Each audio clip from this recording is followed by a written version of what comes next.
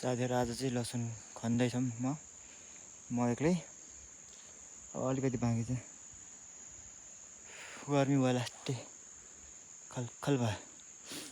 त्यहाँ लसुन चाहिँ खनिसक्यो, अलिकति छैन, पुगिसकेको छ, ढिलो भयो खन्नमा। यति चाहिँ खन्यो अनि खन्दैछु अझै, अब अलिकति बाँकी छ। साह्रै गर्मी भयो।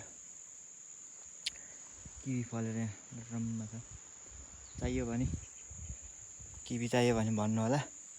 हाम्रो धेरै त छैन, थोरै आफ्नै गाउँघरमा थोरै रोपेछौँ। सबले यस्तै गरेछ यता गाउँमा, थोरै एक हिसाबले यो कृषिको सुरुवात जस्तै भनौँ। अब त्यस्तो गरेछौँ। ल लसुन चाहिँ हल्का गर्मी छ, पानी पर्ला जस्तो छ अवस्था चाहिँ। भरे चाहिँ पानी पर्ने सम्भावना छ है। त्यही होला, फेरि खन्नु पर्ने हुन्छ अब टक्क लाएर।